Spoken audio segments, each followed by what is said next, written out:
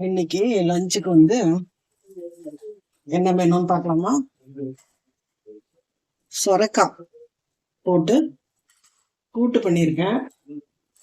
சக்கரவள்ளி கிழங்கு பொடியா நறுக்கி சின்ன பீஸா, ரொம்ப பெருசா இல்லாம சின்ன பீஸா நறுக்கி காரம் போட்டு கறி, கொத்தவரங்காய் போட்டு வத்த குழம்பு, ரசம், தயிர் துவைச்சு வச்சிருக்கேன், சாதம் குக்கர்ல வச்சிருக்கேன். இதுதான் இன்னைக்கு மெனு. கொத்தவரங்காய் போட்டு வத்த குழம்பு. இது கொஞ்சம் ரொம்பவே நல்லா இருக்கும், டேஸ்டாவும் இருக்கும்.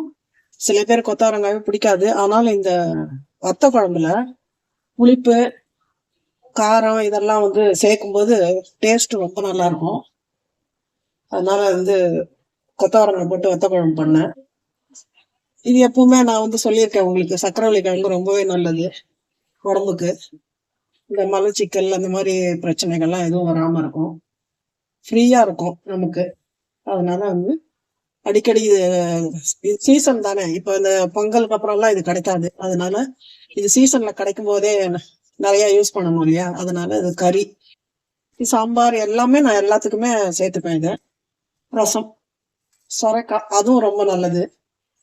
நீர் நல்லா இறங்கும், வயிற்றுல எந்த உப்புசமும் இருக்காது சொரக்காய் அடிக்கடி சேர்த்துண்டா. அதனால இது எல்லாமே இன்னைக்கு வந்து மருந்து சம்பந்தப்பட்ட உணவு வகைகள். சொரக்காய் கூட்டு, சக்கரவள்ளி கிழங்கு கறி, கொத்தவரங்காய் போட்டு வத்த குழம்பு.